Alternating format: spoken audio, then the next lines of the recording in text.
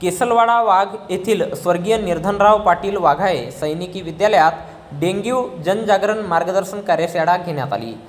17 जुलै 2025 पासून जिल्हाभर डेंग्यू आजार जनजागरण कार्यक्रमाचे आयोजन ठिकठिकाणी करण्यात येत आहे।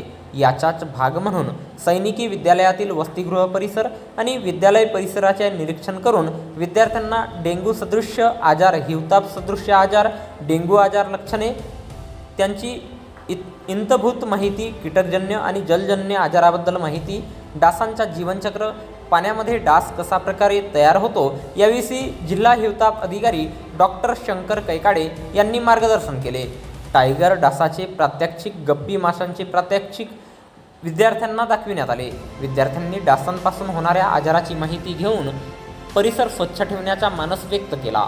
यावेळी कार्यक्रमाच्या अध्यक्षस्थानी विद्यालयाचे मुख्याध्यापक सुधीर कुकडे, प्रमुख अतिथी जिल्हा हिवताप अधिकारी डॉक्टर शंकर कैकाडे, आरोग्य निरीक्षक चेतन सेंद्रे, कीटक सहाय्यक सोमेश्वर कुमरे, आरोग्य सहाय्यक केसलवाडा वाघ मनोज लुहारे, आरोग्य निरीक्षक शुभम रामटेके, आरोग्य सेवक टेकचंद अंबादे, पर्यवेक्षक जयंता लाडे, चंद्रशेखर भुसारी, शिक्षक भारतीचे मुख्य कार्यवाह विनोद किंदरले, सांस्कृतिक विभाग प्रमुख प्रेमकुमार हलमारे प्रामुख्याने उपस्थित होते।